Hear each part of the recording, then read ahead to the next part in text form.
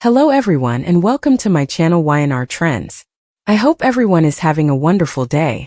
Before we begin, please hit the subscribe button and give this video a thumbs up.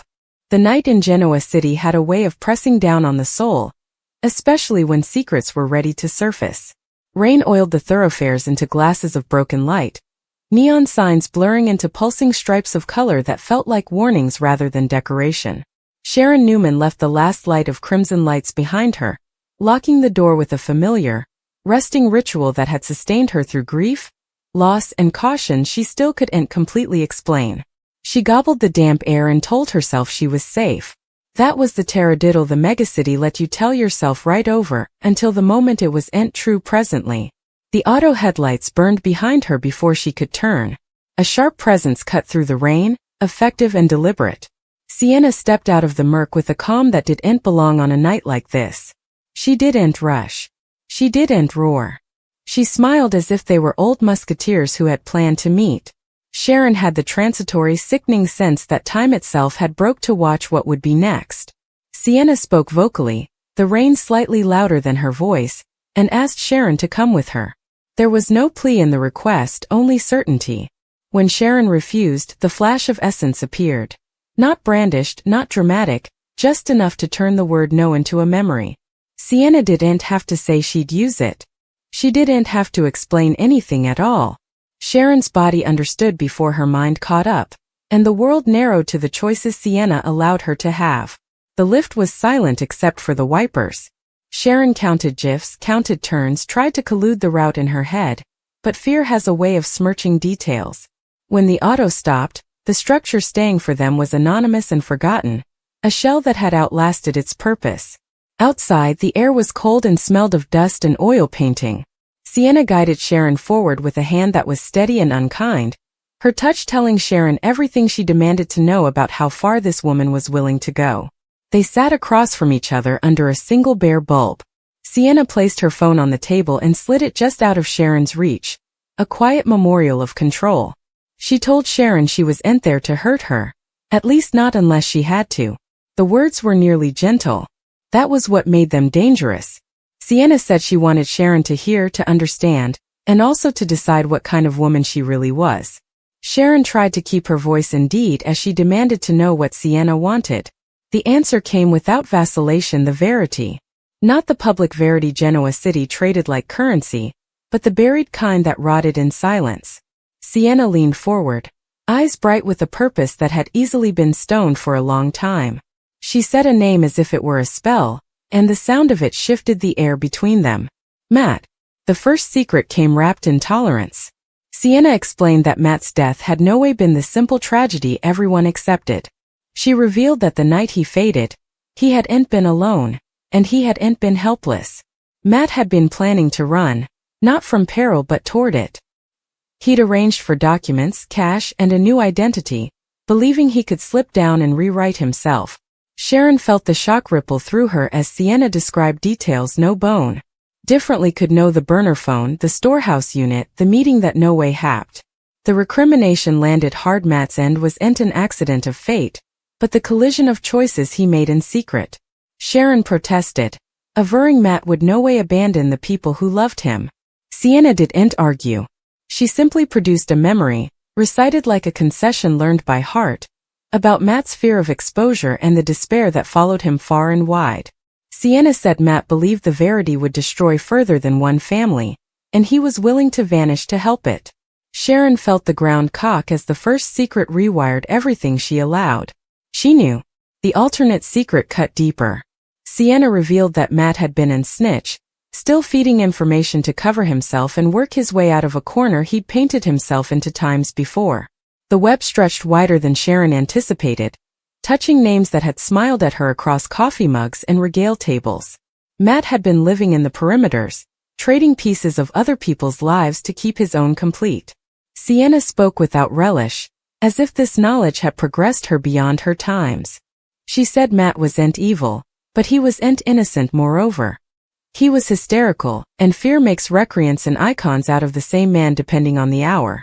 Sharon's heart pounded as Sienna described how Matt's duplicity had eventually caught up with him, how someone discovered his double life and forced a reckoning. Sienna wouldn't name that person, not yet. She wanted Sharon to understand the shape of the verity before she learned who applied it. Sharon realized with a bite that Sienna wasn't clapping. This was a performance rehearsed in pain. The third secret was the one Sienna saved for last, and she did it with the care of someone handling glass. She said Matt had known he was dying weeks before it happened. Not because he was sick, but because he'd been hovered with a timeline. Do this or by this date everything ends. Sienna explained that Matt had tried to outthink the trouble, believing he could control the outgrowth if he stayed one step ahead. He was wrong. The night he dissolved, he'd gone to negotiate his life and lost. Sharon felt gashes burn as Sienna described Matt's final choice to cover one person at the expenditure of another, and to trust the wrong supporter when it signified most.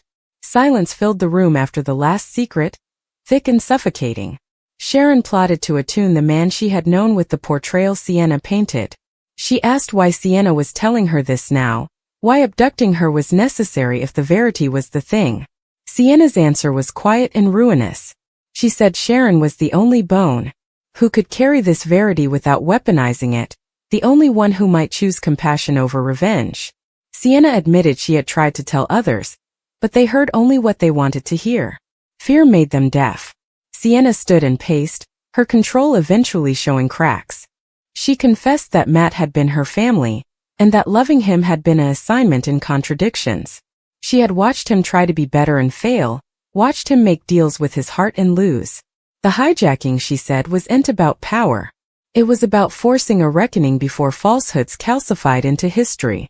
Sharon heeded, her wrathfulness tangling with empathy, realizing the peril was no longer just to herself but to the fragile peace of Genoa City.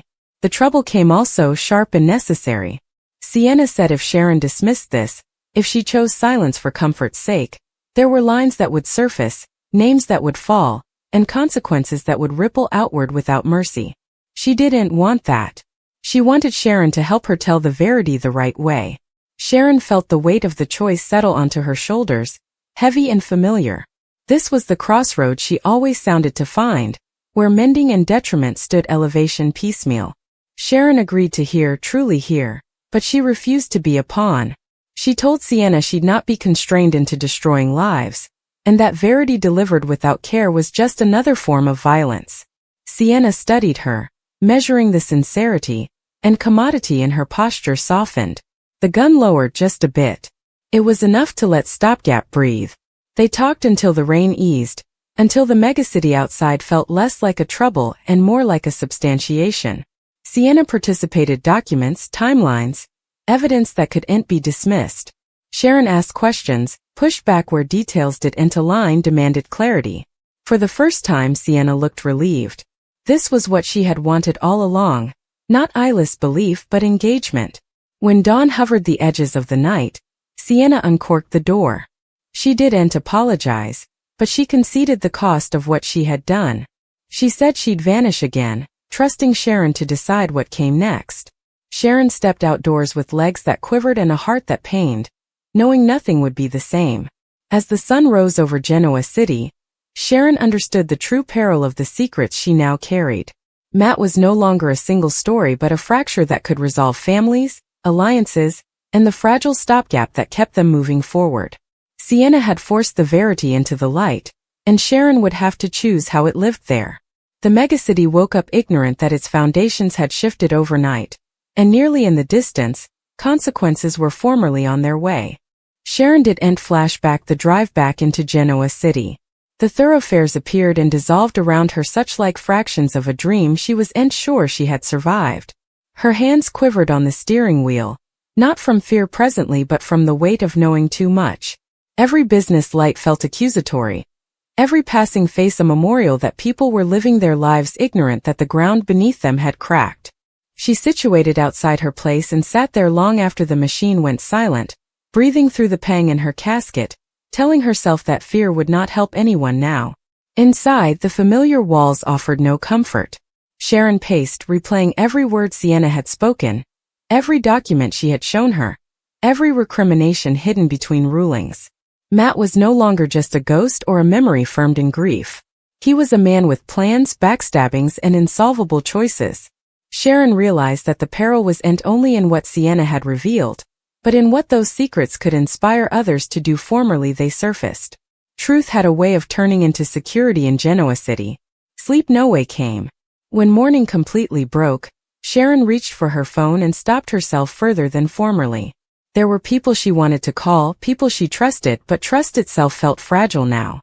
Sienna had been right about one thing formerly spoken audibly: these secrets could no way be controlled again. Sharon demanded to make a path that didn't end in destruction. By noon, whispers were formally moving through the megacity. Sharon noticed the subtle shifts first: the way exchanges stopped when she entered a room, the way eyes dallied just a second too long. Someone had seen her with Sienna. Someone always saw. Genoa City thrived on observation, on half-trueness that grew sharper with every retelling. Sharon understood also that time was no longer her supporter. She went to the one place that had always predicated her, the one place where broken people gathered to find pieces of themselves again. Sitting alone, Sharon closed her eyes and let the noise of the world retire. She allowed. About Matt as he'd been and as Sienna described him. Both performances were true, and that duality hurt more than any taradiddle. Sharon's strength had always been her capability to hold contradictions without letting them tear her piecemeal. She'd need that strength now further than ever. Across city, Sienna watched from a distance, her pledge to vanish formerly unraveling. She had learned the hard way that secrets, formerly participated, infrequently stayed contained. She told herself she trusted Sharon, but trust didn't quiet the fear clawing at her casket. Sienna knew important people would fight to keep Matt's story buried, and they would not vacillate to silence anyone who hovered that peace. The hijacking had been reckless, yes, but it had also been necessary. Now she awaited, knowing that staying itself could be fatal. The first battle came sooner than Sharon anticipated. A casual hassle turned sharp when a name was mentioned too carelessly. Sharon saw the computation flicker behind familiar eyes, the silent question of what she knew and how dangerous she might be. She veered, offered nothing, but she felt the walls closing in. The megacity was formerly choosing sides. Indeed, if it didn't yet know why. That night, Sharon stood by her window, watching lights blink on and off across Genoa City. She realized the true atrocity of Matt's secrets wasn't the treason itself but the ripple effect.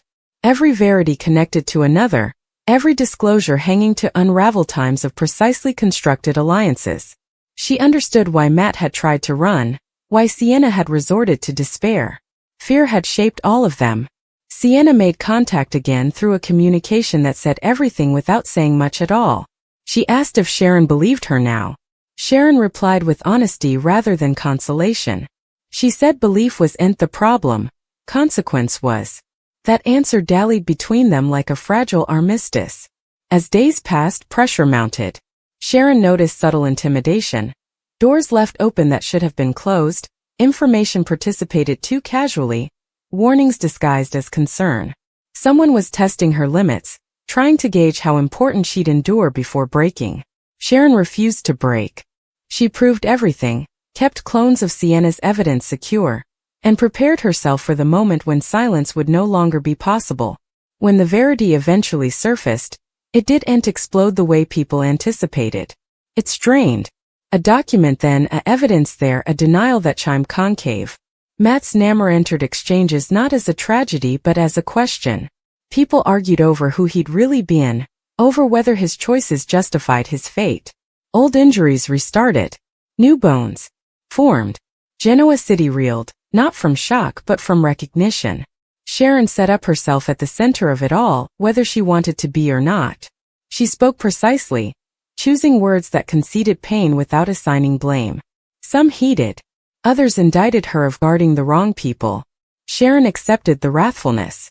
She had learned long ago that being right didn't mean being loved. Sienna watched the fallout from hence, her relief tempered by grief.